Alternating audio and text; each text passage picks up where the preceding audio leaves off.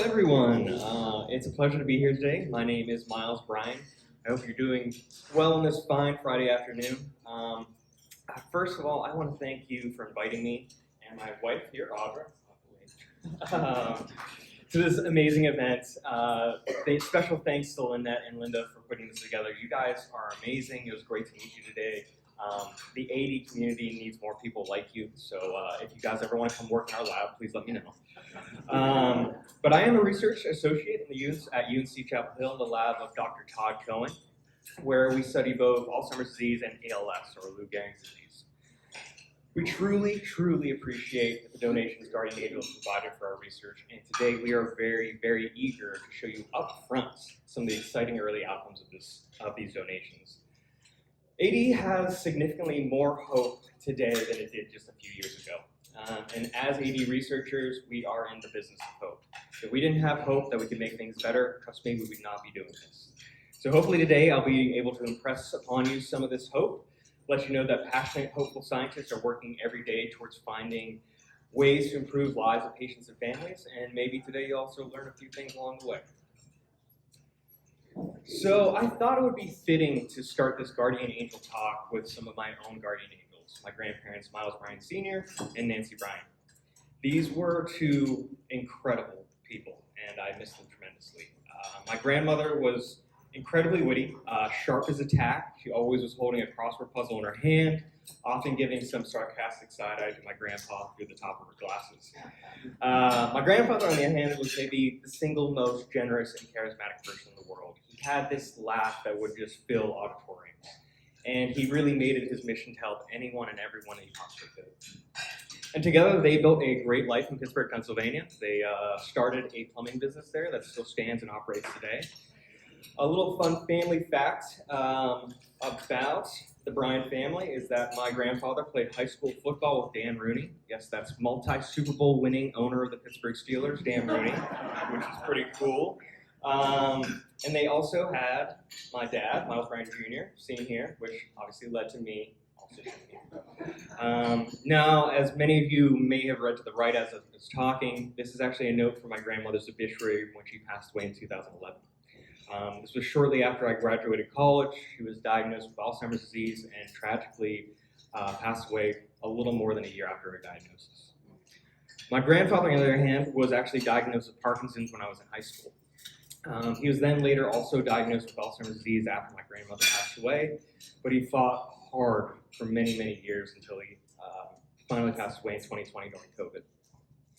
These were two truly amazing people that helped shape my life in so many ways, my name being one, being Miles Richard Bryan III, but ultimately it was their disease that actually put me on the trajectory to study Alzheimer's disease. So in a very real way, they are the reason I'm here giving this talk today. In addition, my wife Audra, who again is in the audience, she lost both her grandmothers to Alzheimer's disease as well. So all to say, while we are nerdy scientists, we are also been personally affected by this disease. And this is a huge motivator for us in lab, also many other researchers in our lab, and many scientists all across the world.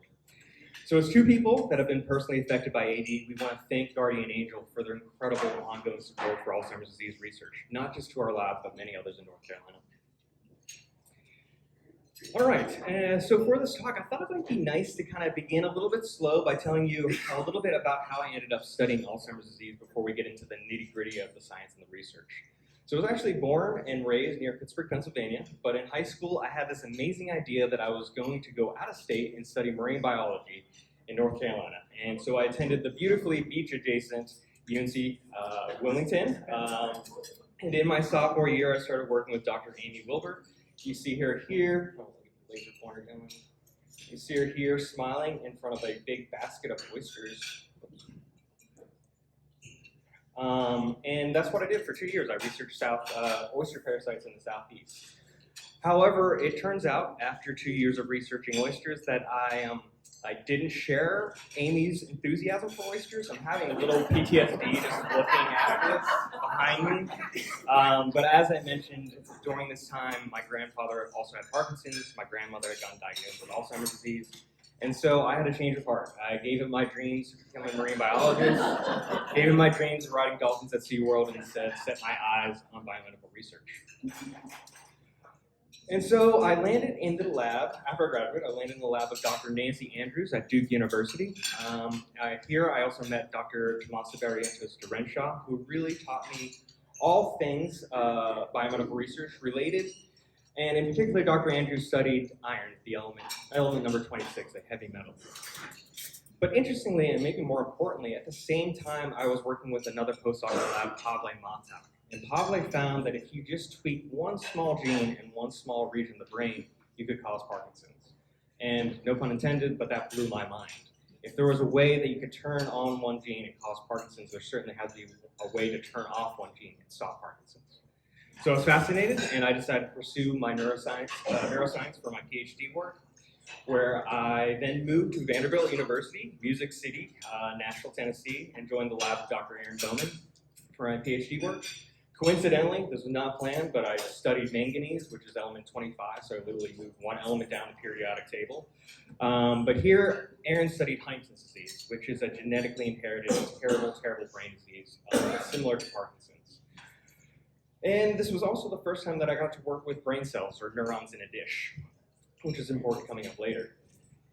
But here, again, maybe more importantly, I started going to the Huntington's disease clinic with physician Dr. Daniel Clausen, who heads the HD clinic at Vanderbilt. And this was the first time that I regularly got exposed to patients, family members, and caregivers on a routine basis that were affected by these diseases. And while this was often sad, extremely sad, and sometimes seemingly hopeless, this was an incredible, powerful motivator for me. The more I went to clinic, the more I wanted to help people and patients and families that were battling these diseases. So that takes me to 2020, when I joined Todd's lab at UNC-Chapel Hill. Todd studies chromium, element 24. No, I'm just kidding. One of my stipulations was that I no longer was going to study metals. And my other two stipulations is I wanted to study Alzheimer's disease, and I wanted to investigate new treatments and therapies.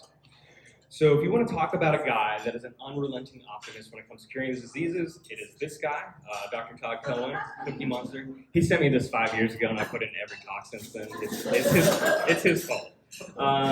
So on my first day, I sat down with Todd, we were talking about potential projects, and he said, we have this safe project looking at this protein called cortactin, or we have this riskier project looking at a new therapy for AD. I said, stop, the therapy one. That's what I want to do. And so really the rest is history, but here I got to combine my expertise with mice and neurons in a dish to hopefully generate new treatments and therapies for Alzheimer's disease.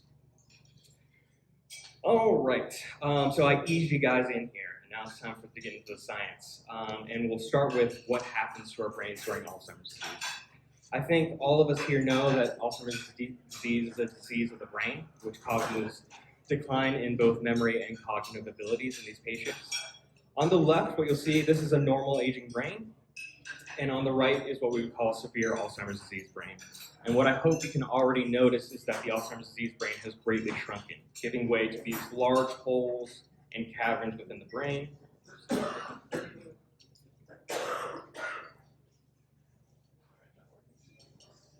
Sorry, I'm just trying to get my pointer so you can actually see what I'm pointing at.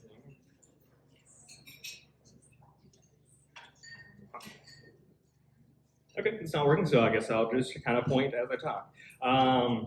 So what I hope you can already notice is that this brain has shrunken. There's holes within this brain.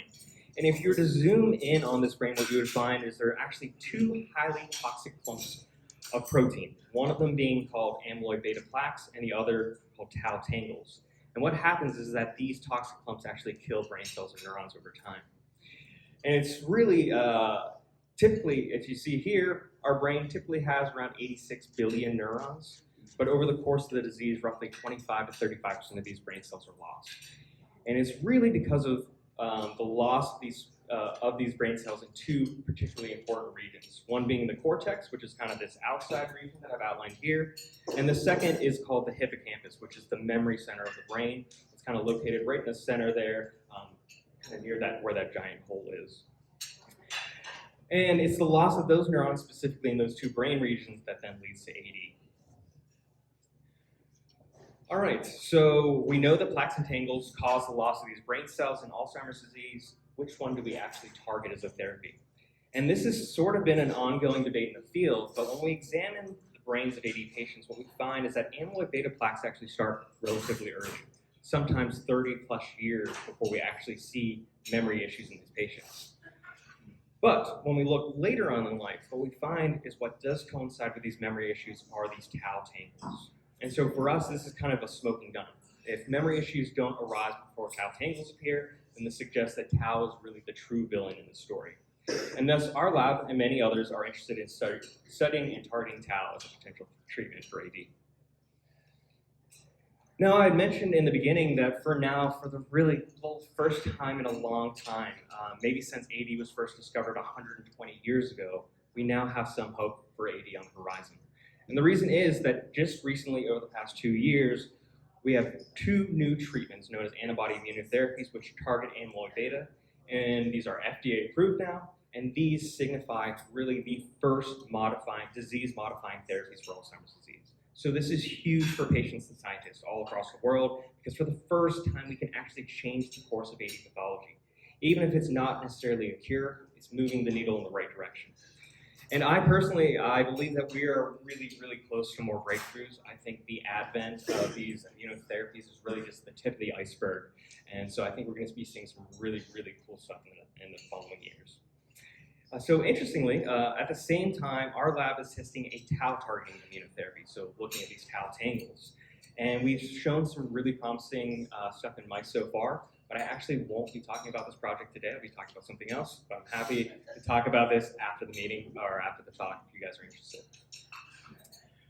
All right, so we know the culprits in AD, right? These tau tangles and amyloid beta plaques, but how do we even start thinking about a new therapy for Alzheimer's disease? And so what's interesting is that essentially every other neurodegenerative disease, whether it's Parkinson's, ALS, Huntington's disease, they're all caused and characterized by their own unique clumps of toxic protein. And what you find is that if you look really, really closely at these clumps of protein, they're actually quite similar. They all make what are known as fibrillar aggregates. And just so you know, I'll be using tau tangles and tau aggregates kind of interchangeably. They're essentially the same thing. So we thought it would make sense to examine which genes and proteins combat these fibrillar aggregates as a kind of a logical starting point for a new therapy. All right, is everybody still with me so far? All right. So that brings us to CHIP. So raise your hands. I kind of just spoiled it a little bit, but raise your hands. When I said chip, what did you guys immediately think of? My personal favorite, the potato chip?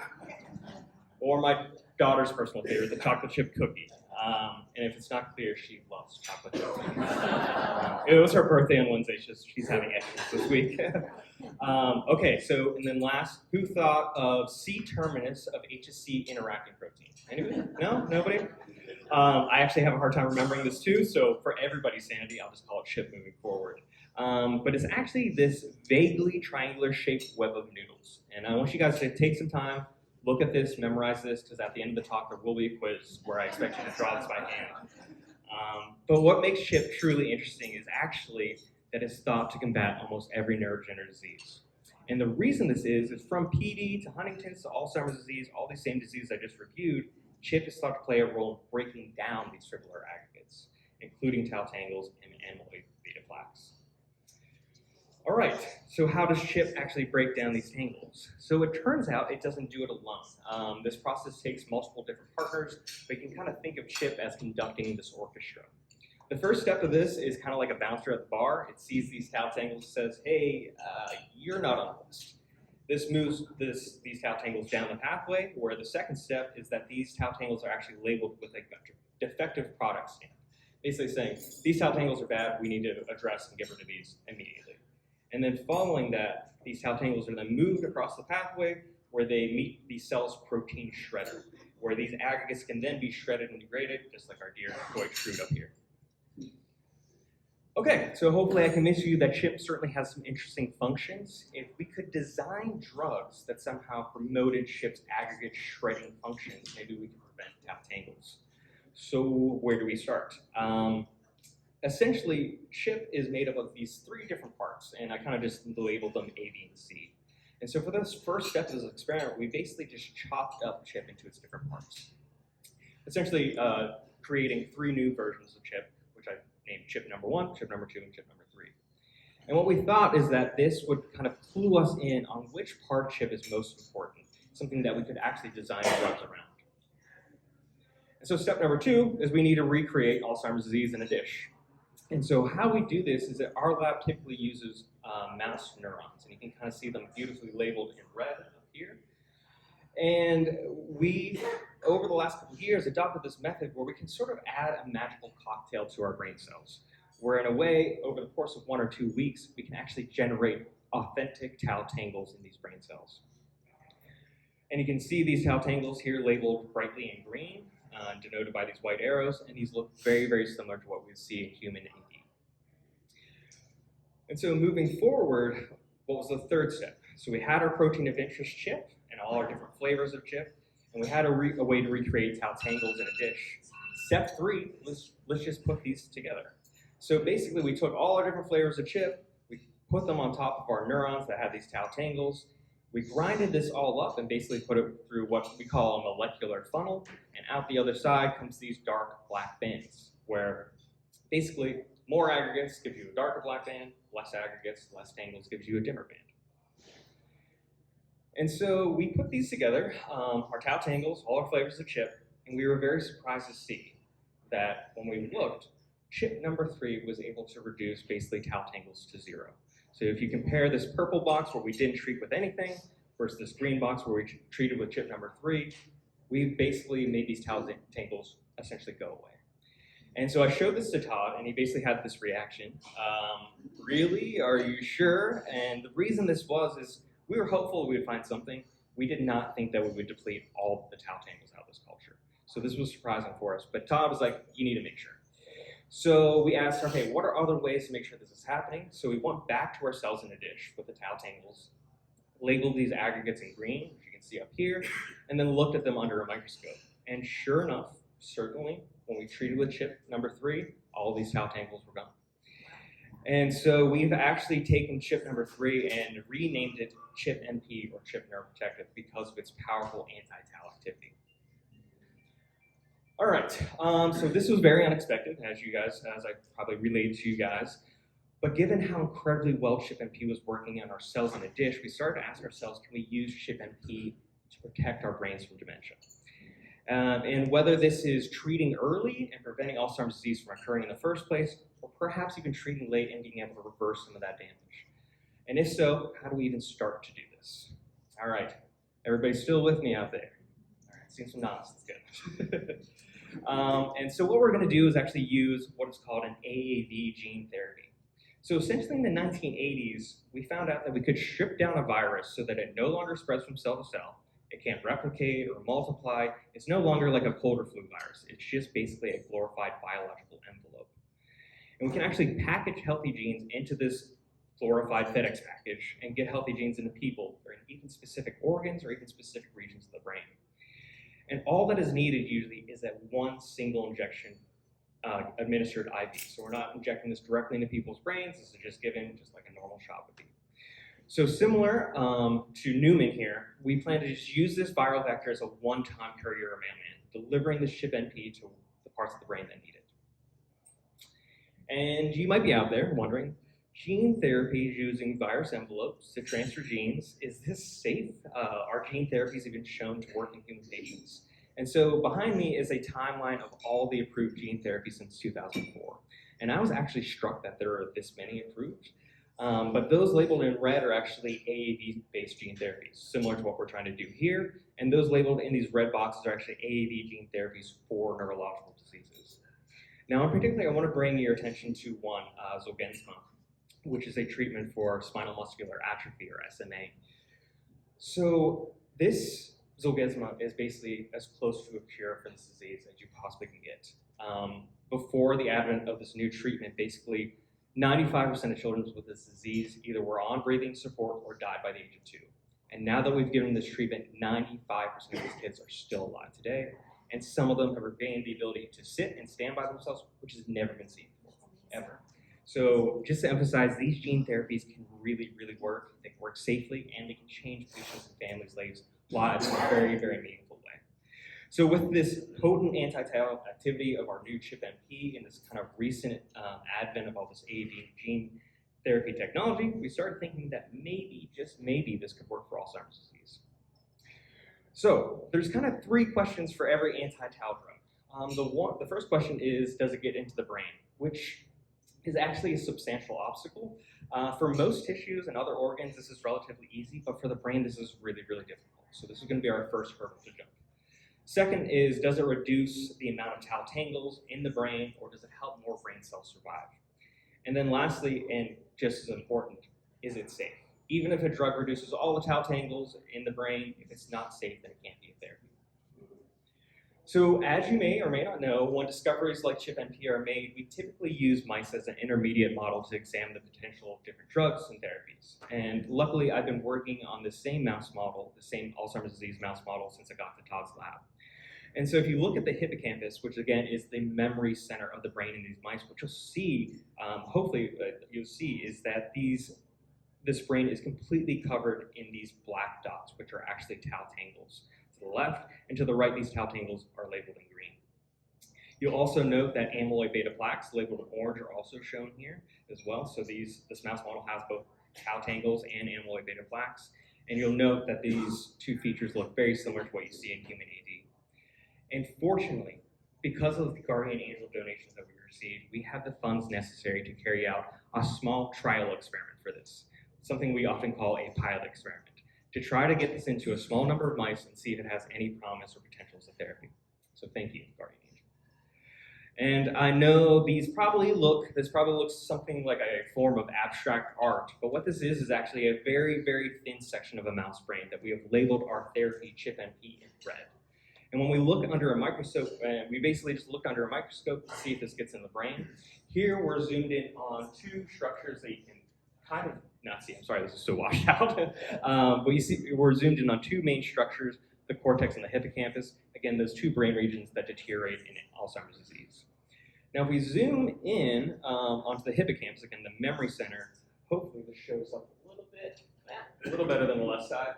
But what I hope you notice is that you see numerous brightly red lit up cells. And this means that our drugs certainly did get in, not just in neurons, but into those two important brain regions that deteriorate in AD. So this is ChIP-NP in neurons, in brain cells.